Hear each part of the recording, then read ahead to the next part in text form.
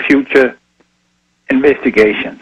But is this clearly a foreign substance? I mean, do you agree? Does your research concur, or with Professor Stephen Jones' research, that this is the thermite reaction, and that it has the same when they do that spectrographic analysis, that it has the same signature as the thermite and thermate that they've tested? Excuse me, I didn't get the question. What do you mean signature? This is thermite, and yes. It certainly should not be there.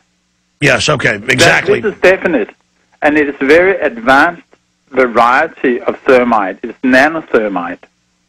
So this stuff definitely should not be there.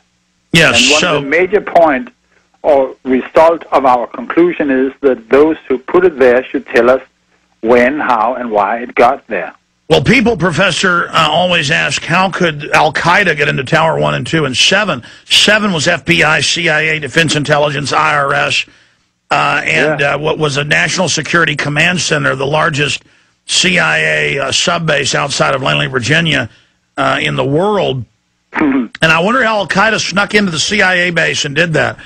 Yeah. I wonder why the media didn't make a big deal about this. You know, you got thermite in Tower 1 and 2 and 7, according to others who found it.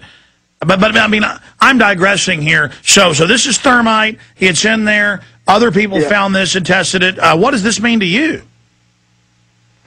Well, it means, well, basically, I can see this is we can all agree that a crime was committed on September 11th. This, I guess, everybody can agree upon. And in my view, this crime has never been probably investigated and far from solved. So what we are providing as scientists with this work is forensic evidence for this investigation, which has to come. And if I may repeat, that this stuff should not have been there in the dust. That's obvious. And those who put it there should tell us how it got there and why it got there. Professor, how does this... Sure, go ahead. Yeah, this is energetic materials, and if I may finish the thermite-thermate discussion. Yes. Because thermite is what I told you before. Thermate is a special variety of thermite in which you put sulfur in. And it has the ability to lower the melting point of steel. So if you put sulfur in, the obvious purpose is to use the heat developed to melt steel.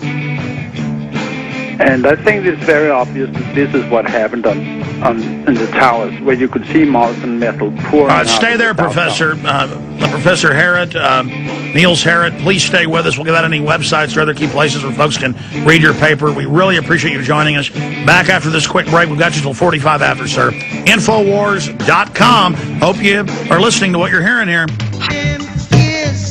There's been a lot of new developments in the swine flu hoax. It's pretty much sure now that it's a hoax. If we start seeing a bunch of deaths early this next week, then still, I mean, the regular flu kills a lot more than that.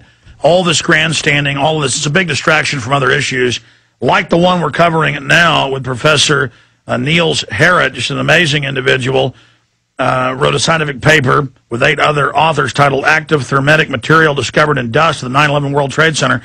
Professor, before we go any further in this segment and the next with you, are there any particular websites? I mean, I know globalresearch.ca has your paper posted. I know that the Journal of Open Chemical Physics journal has it posted. Do you have a personal page or a site you'd like to tell people about? No, not really. I'm sorry.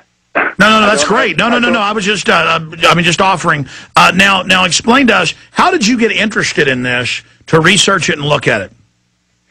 Well, I got hooked on the 9/11 story when I saw Building 7 coming down. And this was the revelation, like, I think it was 2.5 years ago. But accidentally, I saw Building 7 going down on a video disc my wife had gotten. And from that moment on, there has been no way back. It's as simple as that. When you as a scientist see Building 7 going down, you say, what? And then I had to push the button again and say, what? And I pushed the button 10 times.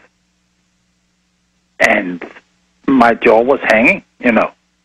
So, and from that moment, if you're a decent person, there's no way back. You cannot lie to yourself and say, I haven't seen this. And you wonder, of course, as a scientist, why and how does this happen? Because as a phenomenon, it is unexplainable on the background of the official conspiracy theory. And I had never heard about Building 7 before. That in itself was an eye-opener. What is this? And this was Stephen E. Jones. You know, the lecture he first gave on Brigham Young University. Yes. The Ethics Center there. That was that lecture. This was the first time the situation at all caught my attention. And from that moment on, as I told you, there's been no way back, because I was naive enough to say that if somebody stands up on a soapbox and tells the truth, it would run by itself. But during the next month, I found out that this was not the case. Yeah, national so news. I kind of hooked and sucked even more into it, yeah.